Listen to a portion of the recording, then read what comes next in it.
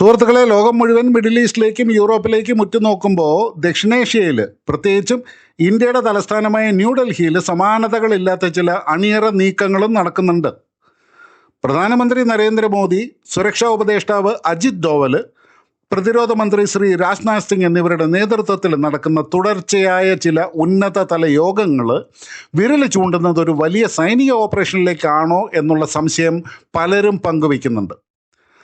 അതിർത്തികളിൽ മുഴങ്ങുന്ന സൈറണുകളും റേഷൻ പൂഴ്ത്തിവെക്കാൻ തുടങ്ങുന്ന ജനങ്ങളും നൽകുന്ന സൂചന എന്താണ്? ഇന്ത്യ ഒരു വമ്പൻ യുദ്ധത്തിന് തയ്യാറെടുക്കുകയാണോ? ഇന്ന് നമ്മൾ പരിശോധിക്കുന്നത് ചില റിപ്പോർട്ടുകളിലൂടെ പുറത്തു വന്ന രാജ്യത്തെ ഞെട്ടിക്കുന്ന ചില പ്രതിരോധ ഇൻ്റലിജൻസ് വിവരങ്ങളാണ്. ഓപ്പറേഷൻ സിന്ദൂർ പാർട്ട് 2 മുതൽ ഡൊണാൾഡ് ട്രംപുമായുള്ള ഫോൺ കോൾ വരെയുള്ള സമഗ്രമായ വിവരങ്ങൾ ഈ എപ്പിസോഡിൽ നമ്മൾ ഡീകോഡ് ചെയ്യാൻ പോകുന്നു. എല്ലാവർക്കും നമസ്കാരം. ഞാൻ രഘുനാഥ് ചൈതന്യ ഡിഫൻസ് ആൻഡ് ജിയോ പൊളിറ്റിക്സിലേക്ക് സ്വാഗതം. സാധാരണ ഭരണപരമായ കാര്യങ്ങൾക്കല്ല ഇപ്പോൾ ഡൽഹി സാക്ഷ്യം വഹിക്കുന്നത്. രാജ്യത്തെ ഉന്നത നേതൃത്വം ഒരു വാർ റൂം ഫോർമാറ്റിലേക്ക് മാറിയിരിക്കുന്നു എന്ന് വ്യക്തമാക്കുന്ന ചില കാര്യങ്ങളുണ്ട്. പ്രധാനമന്ത്രി നരേന്ദ്രമോദി, ആഭ്യന്തരമന്ത്രി അമിത്ഷാ, പ്രതിരോധ മന്ത്രി രാജ്നാഥ് സിംഗ്, ധനമന്ത്രി നിർമ്മല സീതാരാമൻ എന്നിവരടങ്ങുന്ന ഒരു കോർ കമ്മിറ്റി രൂപീകരിച്ചിരിക്കുന്നു. അതായത് ഒരു 4 അംഗ ഉന്നതതല കമ്മിറ്റി രൂപീകരിച്ചിരിക്കുന്നു.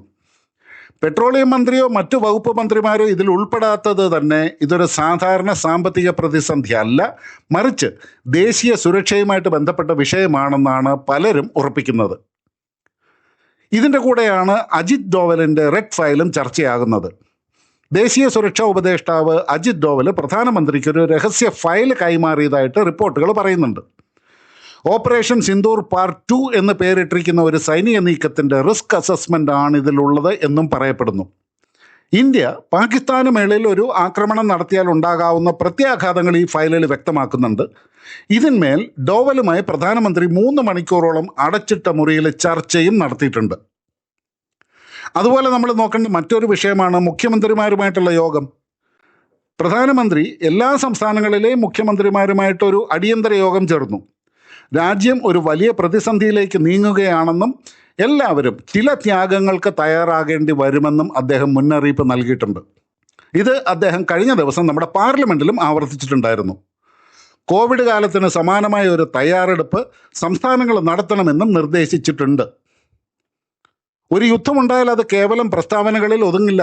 അതിനായിട്ട് ഗ്രൗണ്ടിൽ നടക്കുന്ന തയ്യാറെടുപ്പുകൾ വളരെ വലുതാണ്. ഇതിന് സൂചന നൽകുന്നത് അടുത്തിടെ പ്രഖ്യാപിച്ച ഒരു വ്യോമയാന നിരോധനം, അതായത് നോട്ടാമാണ്, നോട്ടീസ് ടു എയർമാൻ. ഇന്ത്യയുടെ പടിഞ്ഞാറൻ അതിർത്തി സംസ്ഥാനങ്ങളായ പഞ്ചാബ്, രാജസ്ഥാൻ, ഗുജറാത്ത് എന്നിവിടങ്ങളിൽ വലിയൊരു നോ ഫ്ലൈ സോൺ പ്രഖ്യാപിച്ചിട്ടുണ്ട്. വാണിജ്യ വിമാനങ്ങൾക്ക് ഈ മേഖലയിലൂടെ പറക്കാൻ അനുമതിയില്ല. അതുപോലെ തന്നെ രാജസ്ഥാനിലെ ജയ്സാൽമീർ ഉൾപ്പെടെയുള്ള അതിർത്തിയിലെ 11 ക്രിട്ടിക്കൽ ലൊക്കേഷനുകളിൽ യുദ്ധകാലത്ത് ഉപയോഗിക്കുന്ന എമർജൻസി സൈറനുകളും ടെസ്റ്റ് ചെയ്ത് കഴിഞ്ഞിട്ടുണ്ട്. ഇതിലൂടെ കൂട്ടി വായിക്കേണ്ട മറ്റൊരു വിഷയമാണ് നമ്മുടെ 3 സേനാ മേധാവികളുടെയും അപൂർവമായ ക്ഷേത്ര ദർശനം.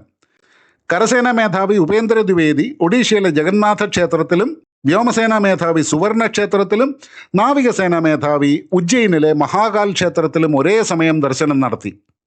യുദ്ധത്തിന് മുൻപായിട്ട് സൈനികർക്കും അവരുടെ കുടുംബങ്ങൾക്കും വേണ്ടി ഈശ്വരാനുഗ്രഹം തേടുന്ന ഒരു വലിയ സിംബോളിക് നീക്കമായിട്ടാണ് പ്രതിരോധ വിദഗ്ധർ ഇതിനെ കാണുന്നത്. ഇനി നമുക്ക് നമ്മുടെ പ്രതിരോധ മന്ത്രാലയത്തിൻ്റെ ചില അടിയന്തര തീരുമാനങ്ങളെ കൂടി ഒന്ന് പരിശോധിക്കാം. ഒരു യുദ്ധമുണ്ടായാൽ അത് കേവലം പ്രസ്താവനകളിൽ ഒതുങ്ങില്ല.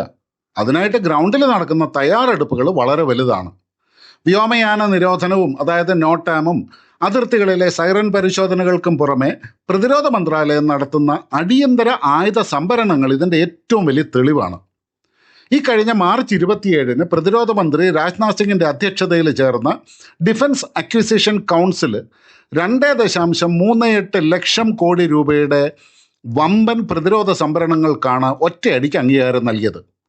ഏതൊക്കെ മേഖലകളിലാണ് ഈ അടിയന്തര ഒരുക്കങ്ങളെന്നും കൂടെ നമുക്കൊന്ന് നോക്കാം. ഒന്ന്, ഇന്ത്യൻ വ്യോമസേനയുടെ കരുത്തു കൂട്ടാനായിട്ട്, അതായത് ശത്രുക്കളുടെ വിമാനങ്ങളും മിസൈലുകളും അതിർത്തി കടക്കും മുൻപേ തകർക്കാനായിട്ട് റഷ്യയിൽ നിന്നും 5 സ്ക്വാഡ്രൺ S-400 ദീർഘദൂര മിസൈൽ പ്രതിരോധ സിസ്റ്റം കൂടി വാങ്ങാനായിട്ട് തീരുമാനിച്ചു. ഇതുകൂടാതെ യുദ്ധമുഖത്തേക്ക് സൈനികരെയും ആയുധങ്ങളെയും വേഗത്തിലെത്തിക്കാനായിട്ട് 60 പുതിയ മീഡിയം ട്രാൻസ്പോർട്ട് വിമാനങ്ങളും ശത്രുതാവളങ്ങളിൽ കൃത്യതയോടെ ആക്രമണം നടത്താനായിട്ട് റിമോട്ട് കൺട്രോൾഡ് സ്ട്രൈക്ക് ഡ്രോണുകളും നമ്മൾ വാങ്ങുന്നുണ്ട്. വ്യോമസേനയുടെ നട്ടെല്ലായ സുഖോയ് 30 വിമാനങ്ങളുടെ എഞ്ചിൻ അടിയന്തരമായിട്ട് നവീകരിക്കാനും തീരുമാനമായിട്ടുണ്ട്. അതുപോലെ തന്നെ കരസേനയുടെ മുന്നേറ്റത്തിന് വേണ്ടിയിട്ട് പാകിസ്ഥാന്റെ ടാങ്കുകളെ എളുപ്പത്തിൽ തകർക്കാൻ ശേഷിയുള്ള ആർമർ പിയേഴ്സിംഗ് വെടിക്കോപ്പുകൾ കരസേനയ്ക്ക് നൽകുന്നുണ്ട്. അതിൻ്റെ കൂടെ ദൂരത്ത് നിന്നും ശത്രുതാവളങ്ങൾ തകർക്കാനായിട്ട് തദ്ദേശീയമായിട്ട് നിർമ്മിച്ച കൂടുതൽ ധനുഷ് പീരങ്കികളും പിന്നെ റൺവേ ഇല്ലാതെ തന്നെ പറന്നുയർന്ന് നിരീക്ഷണം നടത്താൻ കഴിയുന്ന അത്യാധുനിക സർവേലൻസ് സിസ്റ്റങ്ങളും കരസേനയുടെ ഭാഗമാകാൻ പോവുകയാണ്. തീരദേശ സുരക്ഷയ്ക്ക് വേണ്ടിയിട്ട്, അതായത് കടൽ വഴിയുള്ള ഭീഷണികൾ നേരിടാനായിട്ട് ഇന്ത്യൻ കോസ്റ്റ് ഗാർഡിന് അതിവേഗത്തിൽ സഞ്ചരിക്കുന്ന ഹെവി ഡ്യൂട്ടി ഹോവർ ക്രാഫ്റ്റുകൾ നൽകാനും സർക്കാർ അംഗീകാരം നൽകി കഴിഞ്ഞു. ഇതിനും പുറമെ 858 കോടി രൂപ ചെലവിൽ റഷ്യയുടെ തുങ്കുസ്ക ആൻറ്റി എയർക്രാഫ്റ്റ് സിസ്റ്റവും ഇന്ത്യയിലെത്തുന്നു. പെട്ടെന്നുള്ള ഈ വമ്പൻ ആയുധ സംഭരണം സൂചിപ്പിക്കുന്നത് കേവലം ഒരു ചെറിയ അതിർത്തി സംഘർഷത്തിനല്ല, മറിച്ച് ദിവസങ്ങളോളം നീണ്ടു നിന്നേക്കാവുന്ന ഒരു വലിയ ഓപ്പറേഷനാണ് ഇന്ത്യ തയ്യാറെടുക്കുന്നത് എന്നാണ്. എന്തുകൊണ്ടാണ് ഇന്ത്യ ഇപ്പോൾ ഇങ്ങനെ ഒരു നീക്കം നടത്തുന്നത് എന്ന് ചോദിച്ചാൽ, പാകിസ്ഥാന്റെ ഭാഗത്തു നിന്നുള്ള അങ്ങേയറ്റം പ്രകോപനപരവും വഞ്ചനാപരവുമായ നീക്കങ്ങളാണ് ഇതിന് കാരണമെന്ന് നമുക്ക് കാണാനായിട്ട് സാധിക്കും. അതിലാദ്യം നമ്മൾ കാണേണ്ടത് ലാഹോറിലെ ഒരു രഹസ്യ യോഗമാണ്. സാധാരണയായിട്ട് ഇസ്ലാമാബാദിലോ റാവൽപിണ്ടിയിലോ നടക്കാറുള്ള പാക് സൈനിക ISI യോഗം ഇത്തവണ നടന്നത് ലാഹോറിലാണ്. ലഷ്കർ എ തോയ്ബ, ജെയ്ഷെ മുഹമ്മദ് തുടങ്ങിയ ഭീകര സംഘടനകളുടെ തലവന്മാരും ഇതിൽ പങ്കെടുത്തു എന്നുള്ള റിപ്പോർട്ടുകളുമുണ്ട്. അതിൻ്റെ കൂടെ തന്നെ അതിർത്തിയിൽ 1500ഓളം ഭീകരരെ ഇന്ത്യയിലേക്ക് അയക്കാൻ പാകിസ്ഥാൻ സജ്ജമാക്കിയിട്ടുണ്ട്. ഇന്ത്യയിലെ പ്രധാന നഗരങ്ങളിൽ സ്ഫോടനങ്ങൾ നടത്തുക, വരാനിരിക്കുന്ന പശ്ചിമ ബംഗാൾ തിരഞ്ഞെടുപ്പ് അട്ടിമറിക്കാനായിട്ട് ഹിന്ദു വോട്ടർമാരെ ഭയപ്പെടുത്തുക എന്നിവയാണ് ഇവരുടെ പ്രധാനപ്പെട്ട അജണ്ട എന്നും ഇൻ്റലിജൻസ് റിപ്പോർട്ടുകളുണ്ട്. അതുപോലെ തന്നെ പാകിസ്ഥാന്റെ ഭാഗത്തു നിന്നുള്ള ആണവ ഭീഷണിയും ഇപ്പോൾ ശക്തമായിട്ടുണ്ട്.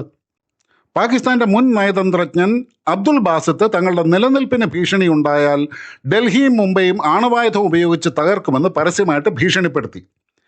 അമേരിക്ക എങ്ങാനും അവരെ ആക്രമിച്ചാൽ അവർ നേരിട്ട് ഡൽഹിയിലെയും മുംബൈയിലെയും പ്രധാനപ്പെട്ട കേന്ദ്രങ്ങളെ ആണവായുധം ഉപയോഗിച്ച് ആക്രമിക്കുമെന്ന് കൃത്യമായിട്ട് അവർ പറഞ്ഞിട്ടുണ്ട്. പാക് സൈനിക മേധാവി അസിം മുനീറും ഞങ്ങൾ വീണാൽ ലോകത്തിൻ്റെ പകുതിയും ഒപ്പം കൊണ്ടുപോകുമെന്ന പ്രഖ്യാപനവും നടത്തിയിട്ടുണ്ട്. ഇതിൻ്റെ കൂടെ നമ്മൾ കാണേണ്ട മറ്റൊരു വസ്തുതയാണ് പാകിസ്ഥാനിലെ ആഭ്യന്തര കലഹം. പാകിസ്ഥാന്റെ സമ്പദ് വ്യവസ്ഥ പൂർണ്ണമായിട്ടും തകർന്ന് തരിപ്പണമായി കിടക്കുകയാണ്. സൈന്യത്തിനെതിരെ ജനങ്ങൾ തെരുവിൽ ഇറങ്ങാൻ തുടങ്ങിയിട്ടുണ്ട്. ഇതിൽ നിന്നും ശ്രദ്ധ തിരിക്കാനായിട്ട് ഇന്ത്യക്ക് നേരെ ഒരു സർപ്രൈസ് അറ്റാക്ക് നടത്തുക എന്നത് മാത്രമാണ് പാകിസ്ഥാൻ സൈന്യത്തിൻ്റെ മുമ്പിലുള്ള ഒരേ ഒരു വഴി. പാകിസ്ഥാന്റെ മുൻ സേനാ മേധാവി ജനറൽ ബാജ്വ ബാത്റൂമിൽ വീണ് മരിച്ചതിൻ്റെ പിന്നിൽ പോലും അസിം മുനീറിൻ്റെ ഇടപെടലുണ്ടെന്നും ഇന്ത്യയുമായി സമാധാനം ആഗ്രഹിച്ച ബാജ്വയെ ഇല്ലാതാക്കിയതാണെന്നും അനലിസ്റ്റുകൾ കരുതുന്നുണ്ട്. ഈ യുദ്ധസാധ്യത ഇന്ത്യക്കും പാകിസ്ഥാനും ഇടയിൽ മാത്രം നിലനിൽക്കുന്ന ഒന്നല്ല, ആഗോളതലത്തിൽ നടക്കുന്ന വലിയ ചില ഗെയിമുകളുടെ ഭാഗം കൂടിയാണ് ഇത്. സ്ട്രെയ്റ്റ് ഓഫ് ഹോർമൂസ് വഴി ഇറാനിൽ നിന്ന് വന്ന 10 പാകിസ്ഥാനി എണ്ണക്കപ്പലുകൾ അമേരിക്ക കൂടുതൽ പണം നൽകിയപ്പോൾ, അതായത് ബാരലിന് $20 അധികം നൽകിയപ്പോൾ പാകിസ്ഥാൻ അമേരിക്കയ്ക്ക് മറിച്ചു വിറ്റു. സ്വന്തം രാജ്യത്ത് എണ്ണയില്ലാതെ ജനങ്ങൾ വലയുമ്പോഴാണ് ഈ വഞ്ചന. ഇതറിഞ്ഞ ഇറാൻ ഇസ്ലാമിക സാഹോദര്യം മറന്ന് ഒരു പാകിസ്ഥാന്റെ കപ്പൽ മുക്കിക്കളയും ചെയ്തിട്ടുണ്ട്. അമേരിക്ക തങ്ങളുടെ മറീൻ ട്രൂപ്പുകളെ മിഡിൽ ഈസ്റ്റിലേക്ക് അയക്കുന്നു. ഇസ്രായേൽ ആകട്ടെ ഇറാനിലെ ജലസ്രോതസ്സുകൾ ഉൾപ്പെടെയുള്ള അടിസ്ഥാന സൗകര്യങ്ങൾ തകർക്കുന്നു. ചെങ്കടൽ, സ്ട്രെയ്റ്റ് ഓഫ് ഹോർമൂസ് എന്നിവ വഴിയുള്ള സപ്ലൈ ചെയിൻ പൂർണ്ണമായിട്ടും തടസ്സപ്പെടാനും സാധ്യതയുണ്ട്. പിന്നെ ഏറ്റവും ശ്രദ്ധേയമായ മറ്റൊരു കാര്യം, അടുത്തിടെ ഇന്ത്യൻ പ്രധാനമന്ത്രി നരേന്ദ്രമോദിയും അമേരിക്കൻ പ്രസിഡന്റ് ഡൊണാൾഡ് ട്രംപും തമ്മിൽ നടത്തിയ ഫോൺ സംഭാഷണമാണ്. ഇലോൺ മസ്കും ഇതിൽ പങ്കെടുത്തിട്ടുണ്ട്. ഇതിലെ ചില പ്രധാന തീരുമാനങ്ങൾ ഇങ്ങനെയാണെന്നാണ് അറിയാൻ കഴിഞ്ഞിട്ടുള്ളത്. ഒന്നാമതായിട്ട്, ഇന്ത്യക്കും അമേരിക്കയ്ക്കും ഇടയിൽ മിലിറ്ററി ഗ്രേഡ് സുരക്ഷയുള്ള പ്രത്യേക കമ്മ്യൂണിക്കേഷൻ ലൈനുകൾ ആരംഭിക്കുക. രണ്ടാമതായിട്ട്, യുദ്ധസമയത്ത് പാകിസ്ഥാനിലെ മുഴുവൻ കമ്മ്യൂണിക്കേഷൻ ശൃംഖലകളും ബ്ലോക്ക് ചെയ്യാനുള്ള സാങ്കേതിക വിദ്യ, അതായത് സ്പേസ് അല്ലെങ്കിൽ സാറ്റലൈറ്റ് ടെക്നോളജി ഉപയോഗിക്കാം. ഇതിൻ്റെ കൂടെ അടുത്തിടെ പാകിസ്ഥാനിൽ നിന്ന് വന്ന മറ്റൊരു പ്രസ്താവനയും കൂടെ നമ്മളൊന്ന് കൂട്ടി വായിക്കണം. ഇന്ത്യയും പാകിസ്ഥാനും തമ്മിൽ ഒരു യുദ്ധമുണ്ടായാൽ ഒരു കാരണവശാലും അമേരിക്ക ഇന്ത്യയെ സഹായിക്കില്ല എന്ന് പാകിസ്ഥാനിലെ ഒരു ഉന്നത നേതാവിൻ്റെ പ്രയോഗവും എന്തൊക്കെയോ മുന്നിൽ കണ്ടാണ് എന്ന് വേണം നമ്മൾ മനസ്സിലാക്കാനായിട്ട്. സൈനിക പോരാട്ടത്തിന് പുറമെ രാജ്യത്തിനകത്തുള്ള ശത്രുക്കളെ നേരിടാനും ഇന്ത്യ വലിയ തയ്യാറെടുപ്പുകൾ നടത്തുന്നുണ്ട്. അതിലേറ്റവും പ്രധാനപ്പെട്ടതാണ് പ്രോക്സി വാർ നേരിടാനുള്ള തന്ത്രങ്ങൾ. നോർത്തേൺ കമാൻഡ് മേധാവി വ്യക്തമാക്കിയതുപോലെ ഇനി യുദ്ധത്തിൻ്റെ സ്വഭാവം മാറും. സൈന്യങ്ങൾ നേരിട്ട് ഏറ്റുമുട്ടുന്നതിന് പകരം ഡ്രോണുകൾ ഉപയോഗിച്ചും സ്ലീപ്പർ സെല്ലുകളെ ഉപയോഗിച്ചും രാജ്യത്തിനകത്ത് കലാപങ്ങൾ സൃഷ്ടിച്ചാകും ആക്രമണം. ഇന്ത്യയിലെ 30 കോടിയോളം വരുന്ന ചില തീവ്രവാദ സ്വഭാവമുള്ള ഗ്രൂപ്പുകളെ ഇതിനായിട്ട് പാകിസ്ഥാൻ ഉപയോഗിച്ചേക്കാനും സാധ്യതയുണ്ട്. അതുകൊണ്ട് തന്നെ സൈന്യവും സാധാരണ പൗരന്മാരും ഒരുമിച്ച് നിന്ന് വേണം ഈ യുദ്ധം ജയിക്കാനെന്ന് സർക്കാർ കരുതുന്നുണ്ട്. യുദ്ധം തുടങ്ങിയാൽ ഗൾഫിൽ നിന്നുള്ള എണ്ണവരവ് നിൽക്കും. അതുകൊണ്ട് തന്നെ ഇന്ത്യ ഇപ്പോൾ അർജന്റീന, ബ്രസീൽ, നൈജീരിയ, USA എന്നിവിടങ്ങളിൽ നിന്നും ക്രൂഡ് ഓയിൽ എത്തിക്കാനുള്ള കരാറുകളും ഉണ്ടാക്കുന്നുണ്ട്. റഷ്യ യുക്രൈൻ യുദ്ധം കാരണം രാസവളങ്ങളുടെ ഇറക്കുമതി 70% കുറഞ്ഞിട്ടുണ്ട്. യുദ്ധം വരുമെന്ന ഭീതിയിൽ രാജ്യത്തെ സാധാരണക്കാർ 6 മാസത്തേക്കുള്ള റേഷൻ സാധനങ്ങൾ വീടുകളിൽ പൂഴ്ത്തിവെക്കാനും തുടങ്ങിയിട്ടുണ്ട്. FCI ഗോഡൌണുകളിൽ കിടന്ന് നശിക്കുന്നതിനേക്കാളും നല്ലതാണ് ജനങ്ങൾ വീടുകളിൽ ധാന്യങ്ങൾ സൂക്ഷിക്കുന്നത് എന്ന് നിരീക്ഷകർ പറയുന്നുണ്ടെങ്കിലും പെട്രോളും ഡീസലും വീടുകളിൽ സൂക്ഷിക്കുന്നത് വൻ ദുരന്തങ്ങൾക്ക് കാരണമാകുമെന്നും സർക്കാർ മുന്നറിയിപ്പ് നൽകുന്നുണ്ട്. ഈ അടുത്തിടെയാണ് ഉത്തരേന്ത്യയിലെ ഒരു വീട്ടിൽ നിന്നും അനേകം സിലിണ്ടറുകളും പെട്രോളുകളും ഡീസലുകളും സൂക്ഷിക്കുന്നത് നമ്മുടെ ഇൻ്റലിജൻസ് കണ്ടെത്തിയതും. വേറൊരു വലിയ ചോദ്യം ഉദിക്കുന്നുണ്ട്. എന്തുകൊണ്ട് ഇപ്പോൾ? ലക്ഷ്യങ്ങൾ എന്തൊക്കെ? അതായത് എന്തുകൊണ്ടാണ് ഈ ഏപ്രിൽ മാസം തന്നെ ഇത്തരമൊരു ഒരുക്കത്തിന് ഇന്ത്യ തിരഞ്ഞെടുക്കുന്നത്? അതിന് വ്യക്തമായ തന്ത്രപരമായ വേറെ കാരണങ്ങളും ഉണ്ട്. ഒന്ന്, കൊയ്ത്തുകാലം കഴിഞ്ഞുള്ള സമയമാണ്. അതായത് ഏപ്രിൽ മാസത്തോടെ ഉത്തരേന്ത്യൻ സംസ്ഥാനങ്ങളിലും പാകിസ്ഥാനിലും പാടങ്ങളിലെ വിളവെടുപ്പ് പൂർത്തിയാകും. വിശാലമായ പാടങ്ങൾ ഒഴിഞ്ഞു കിടക്കുന്ന ഈ സമയം ഭാരമേറിയ സൈനിക ടാങ്കുകൾക്കും വാഹനങ്ങൾക്കും അതിർത്തി കടക്കാൻ ഏറ്റവും അനുയോജ്യമായ സമയമാണ്.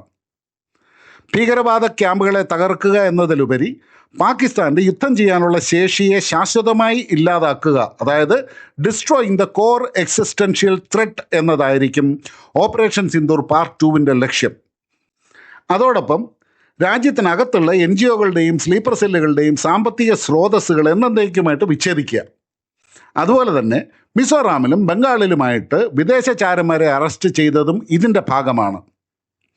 ഇന്ത്യയിലെ ഉന്നത നേതൃത്വം ഇപ്പോൾ പ്രതിരോധത്തിൻ്റെയും തന്ത്രങ്ങളുടെയും അവസാനവട്ട മിനുക്കപടികളിലാണെന്നാണ് ഈ വിവരങ്ങൾ ചൂണ്ടിക്കാണിക്കുന്നത്. രാജ്യത്തെ അഭിസംബോധന ചെയ്തുകൊണ്ട് പ്രധാനമന്ത്രി നടത്തിയ പ്രസ്താവനകളിൽ ഒരു വാർ ടൈം ലീഡറുടെ ഗൗരവമുണ്ടായിരുന്നു എന്നത് യാഥാർത്ഥ്യമാണ്. എങ്കിലും സർക്കാരിൻ്റെ ഭാഗത്തു നിന്നും ഇത്തരമൊരു യുദ്ധപ്രഖ്യാപനം ഔദ്യോഗികമായിട്ട് ഇതുവരെ ഉണ്ടായിട്ടില്ല. ഈ തയ്യാറെടുപ്പുകൾ പാകിസ്ഥാനിൽ നിന്നും ഉണ്ടായേക്കാവുന്ന ഒരു സർപ്രൈസ് അറ്റാക്കിനെ നേരിടാനുള്ള പ്രതിരോധ നീക്കങ്ങളാകാനും സാധ്യതയുണ്ട്. എന്തു തന്നെയായാലും രാജ്യത്തിൻ്റെ ഭൂമിശാസ്ത്രവും ചരിത്രവും മാറ്റി എഴുതാൻ പോകുന്ന നിർണായകമായ ദിവസങ്ങളിലൂടെയാണ് നമ്മൾ കടന്നു പോകുന്നത് എന്നുള്ളത് തീർച്ചയാണ്.